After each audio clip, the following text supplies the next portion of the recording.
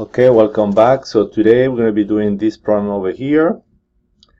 So you have the figure, but you know that I always like to do the figure anyway. So let me put this away. Alright, and let's see if I can do the figure over here as we have the problem statement. Okay, so a pump steadily draws water from a pump. So let me do some type of figure. So let's say this is our pump. This is our pump. I'm going to do it a little bit different. This is the pump. Draws water at a volumetric flow rate of, so here we have A V1 equals to 220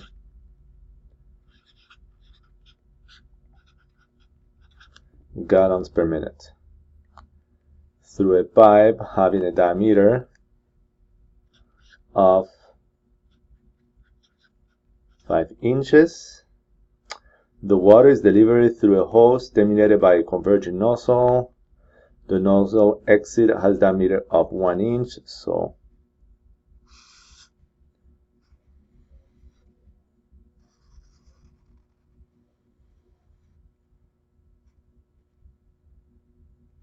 this is what we have. D2 equal 1 inch. 1 inch, and is located 35 feet above the pipe. Okay. So from here to here,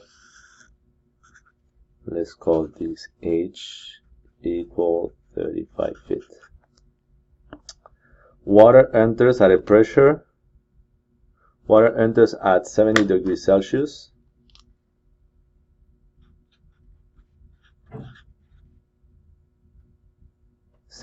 Fahrenheit, sorry, and initial pressure of 14.7 pound-force inch square, and exit with no significant change in temperature or pressure. Okay, so that's important over here. So T2 equal T1, P2 equal P1. So what does that mean? Basically, we said that the state of the substance is defined by the value of its properties. So if the value of the properties do not change, that means that the state will be the same, and it makes sense. Okay, liquid water should come out. The magnitude of the rate of heat transfer from the pump to the surrounding is 5% of the input power. So Q out equals 0.05 of the power going in. So with the power going in,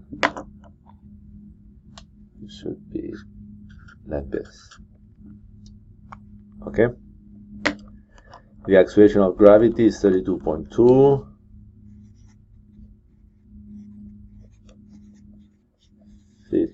Second square. Determine the velocity of the water and the inlet and the exit. We need to determine V2. Okay, and V1, so this is pretty easy. And 2, the power required by the pump in horsepower. We need to find the power in horsepower.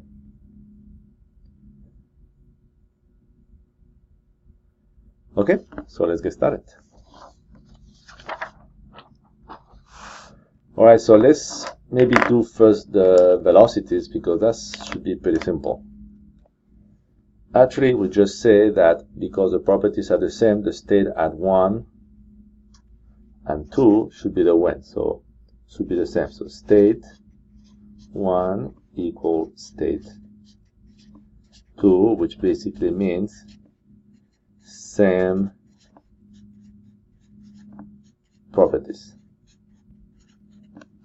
So then we can go to the tables, and we know that if everything is liquid, we can still go to the tables for mixture of water gas and look at the value of the properties at the temperature, because we know properties will not change much with the pressure. if look at the previous video if you have a question about that.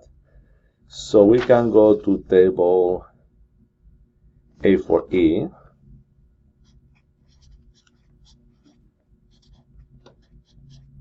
and see what happens at T equals 70 degrees Fahrenheit. So this is the table. Let's see if I can zoom in.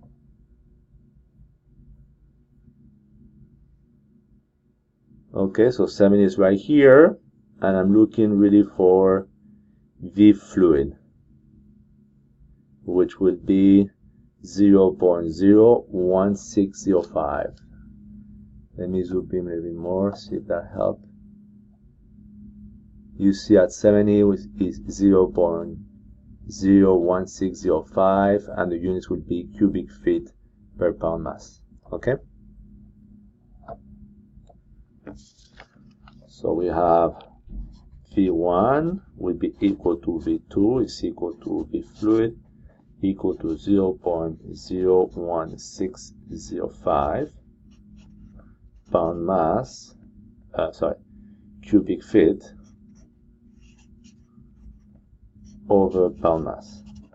So basically V1 equal to V2 equal to 0.01605. Just to make it more neat.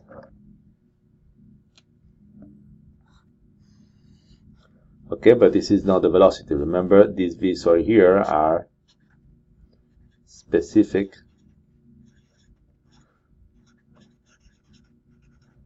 volume. Okay?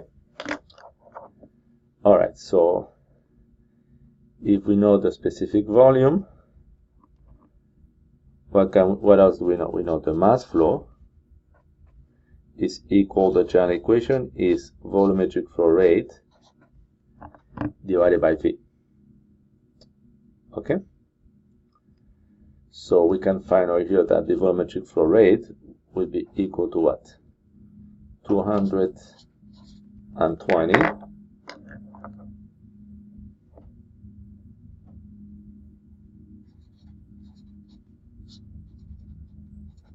gallons per minute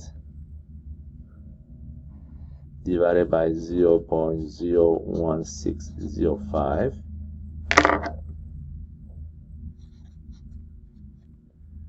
cubic feet per pound mass.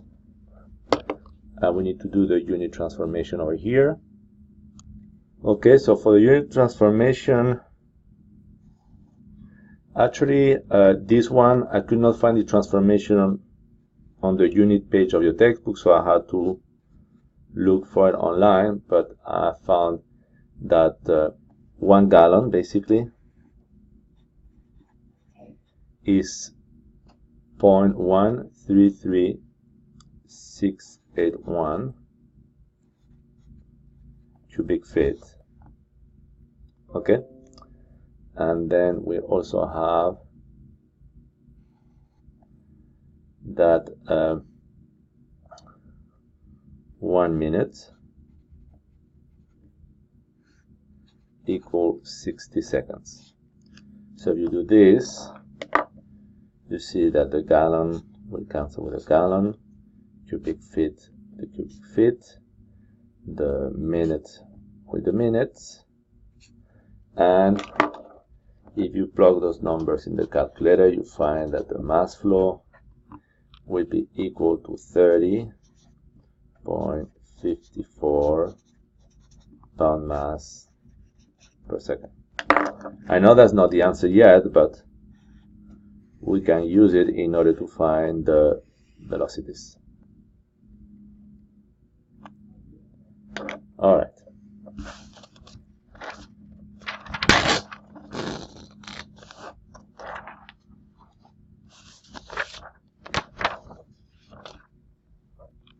Okay, so we just derived that M equal to volumetric flow rate divided by specific volume, which this means that AV divided by V.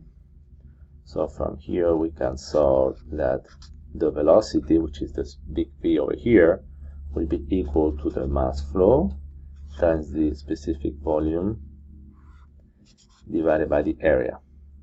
And this is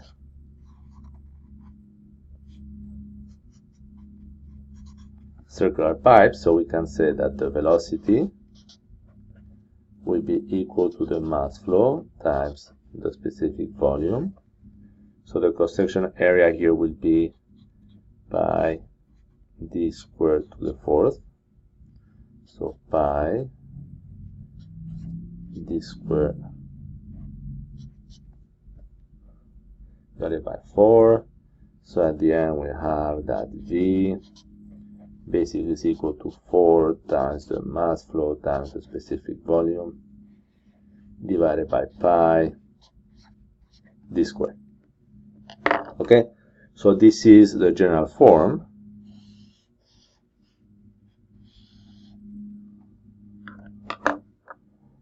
Or I can say for V1 we have 4m V1 divided by pi times d1 squared. Okay, so that would be equal to what? 4 times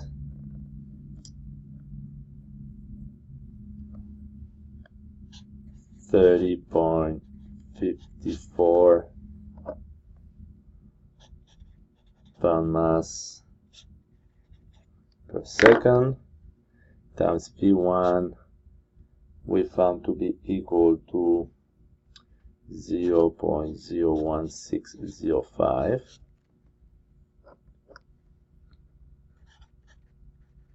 cubic feet per pound mass dividing by pi times T1 is 5 inches. Okay, so we have feet over here, so maybe we want to move either one. I think it's probably, and this would be actually inch square because this is d square, so sorry for that. So we need to do a transformation, and we know that basically 1 foot is 12 inches, so 1 foot square would be 144 inches square. So if we plug all this number,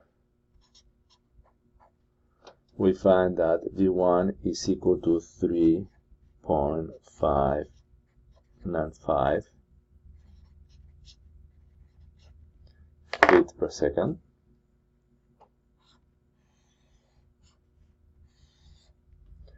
And if we do the same thing for V2, we have 4m V2 divided by pi d2 squared.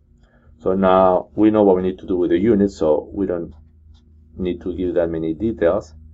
So it would be 4 times 30.54 times 0.01605, since V1 equals V2, divided by pi, diameter 1, but let's not forget to divide this one by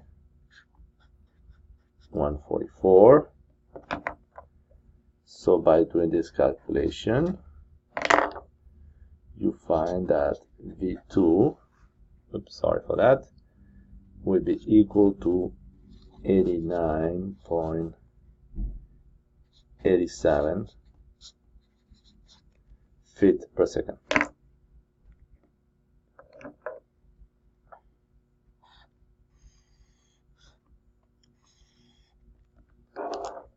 Okay.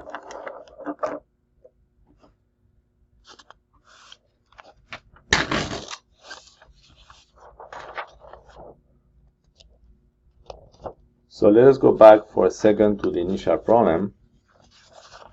So now we need to determine what is the work. So what I need to do is to look at our control volume. So it will be over here our control volume. The control volume should be, if you want, we could simplify it to be this. So the inlet here, the exit here, this will be our control volume. So we can apply the first principle of thermodynamics for this control volume. Maybe let me just do a quick figure.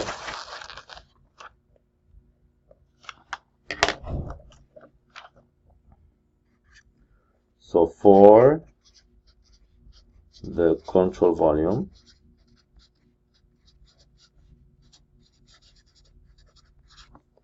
we can just do the pump.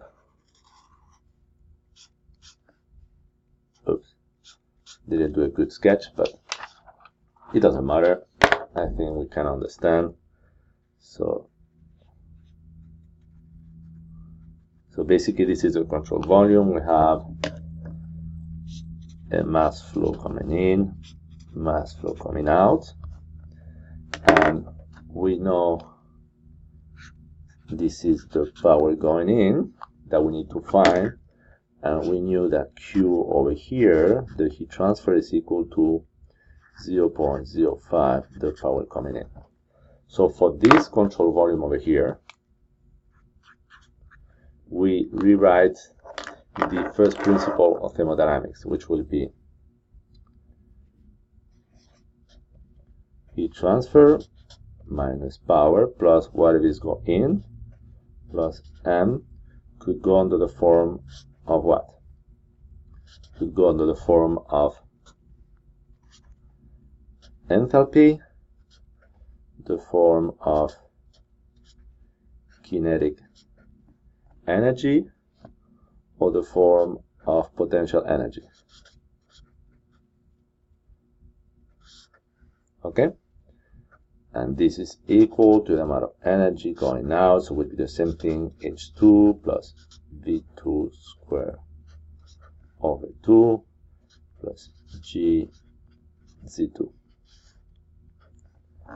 Okay, so let's see if we can simplify a little bit this equation. We said before that because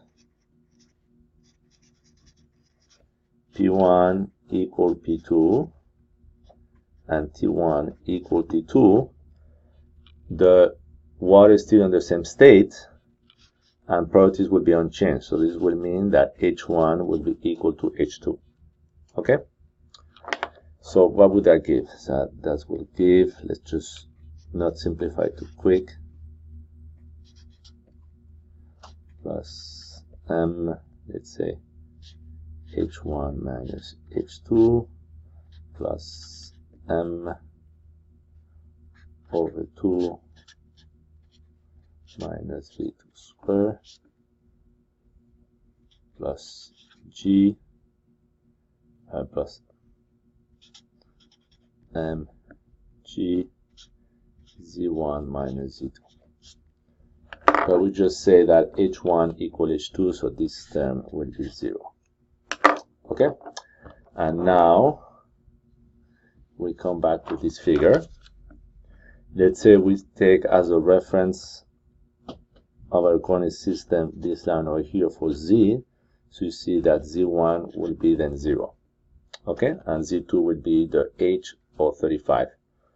So Z2 will be equal to H.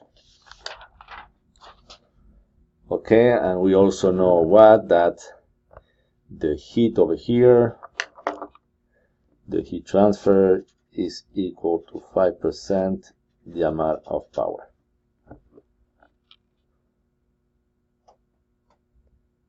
Okay? So if we simplify this equation, let's see what we're going to get.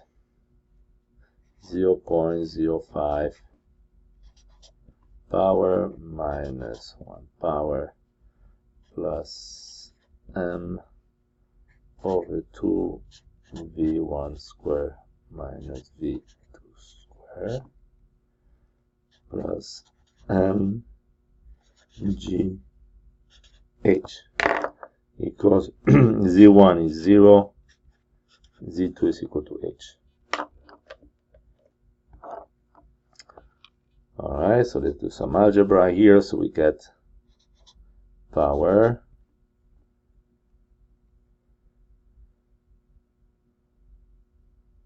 So let's say I move the power to the other side, imagine that, so then we'll have power will be equal to what?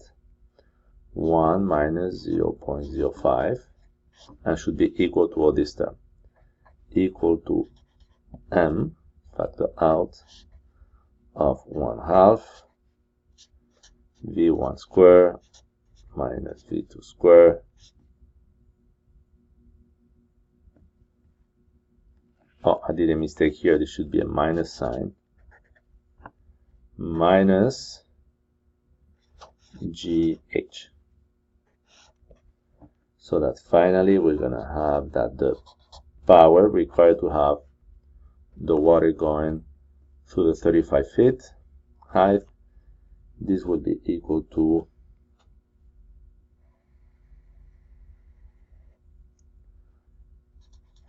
m factor of 1/2 v1 square minus v2 square minus GH divided by 0.95.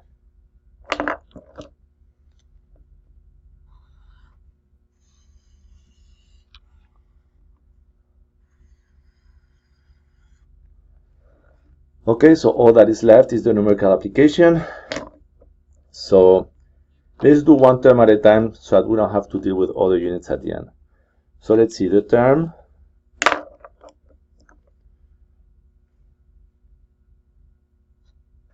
(1/2) v1 square minus v2 square will be equal to what?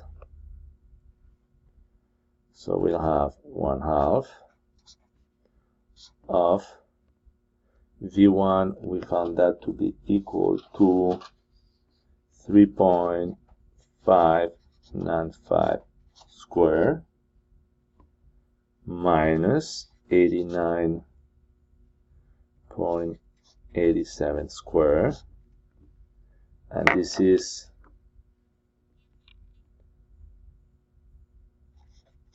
feet per second square. Okay, so let's see what we need to do with the units. So over here we know that this is 1 BTU is 778 foot-pound force, and we know, so this goes back to the next line, that 1 pound force equal to 32.174 lb mass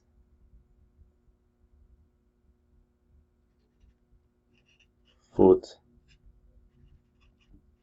second square.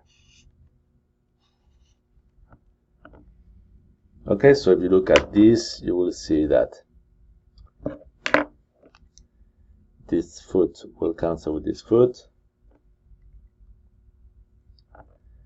Then we have this LBF will cancel with this LBF. This second square cancel with the second square. We have then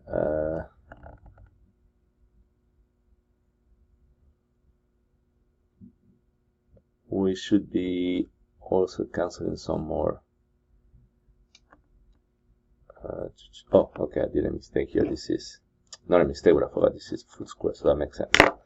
This foot square was cancelled with this one and this one over here, so that at the end we are left by BTUs over LBM. So maybe I do it on the next page.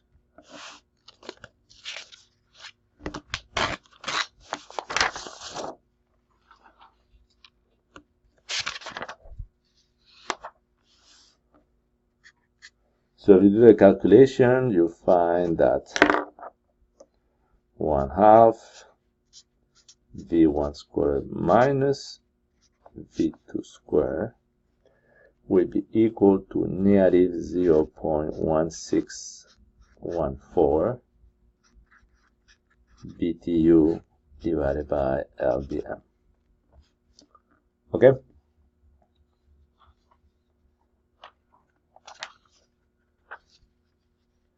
Now we look at this term over here. That will be GH. So GH will be equal to what? 32.2 feet second square. And basically we need to do the same unit transformation. So 1 BTU is equal to 778 foot-pound-force, and we know that 1 L force equal to 32.174 LB mass foot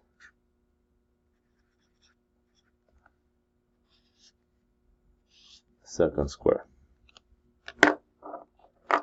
So again,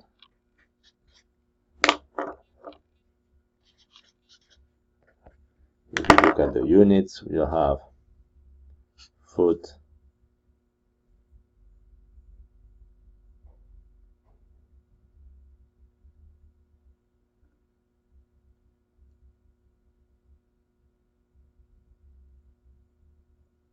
and this foot will cancel out. This second square cancel this one.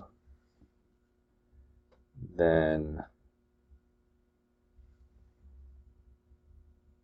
this LBF will cancel this LBF.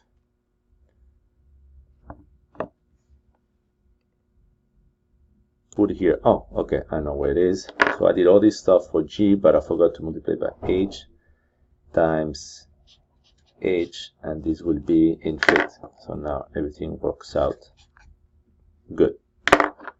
Sorry for that. So, and this foot will cancel with this one.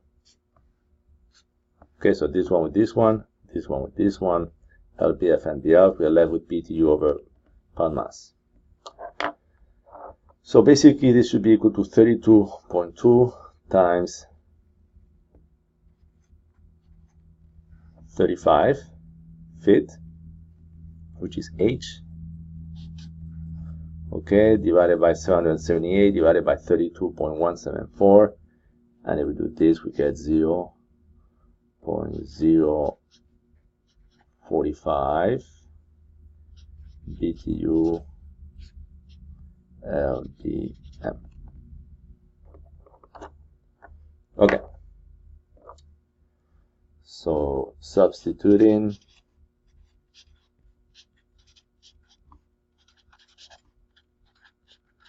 into our initial equation that I'm just copying.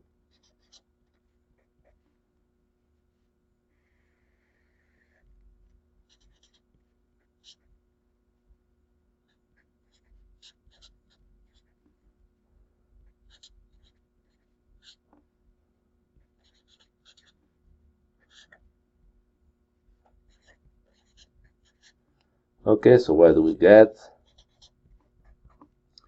We will get M was equal to 30.54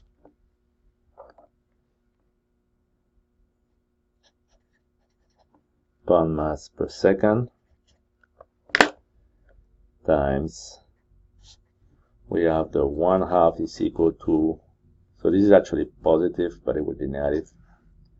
Will be negative 0.1614 minus 0.045 BTUs LBM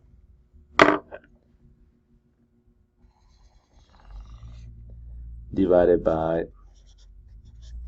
0.95. So if you do the calculation for this, you will get minus 6.64, and the units will be what? So this will cancel, so we get BTUs per second.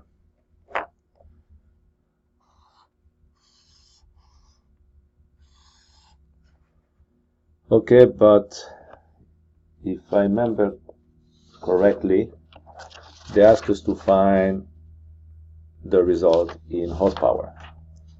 So we need to do the last unit transformation. That will be power will be equal to minus 6.64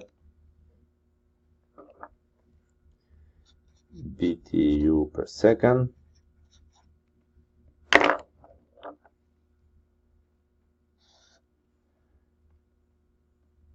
times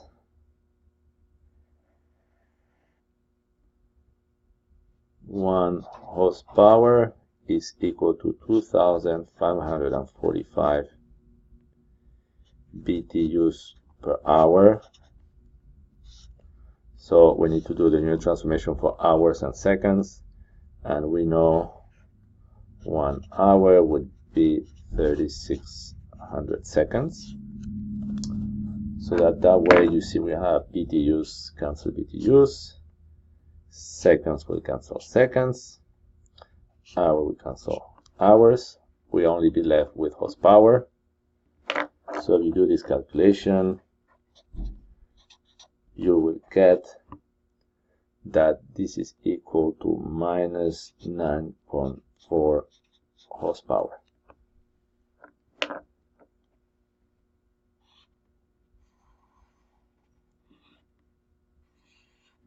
And again, does the negative sign make sense? Yes, because in the modified sign convention, is the power going out is the one that is positive, so the power going in is to be negative. So the negative sign at least shows us that we are on the right direction for the results. So this will be all for this problem. Thank you for your attention.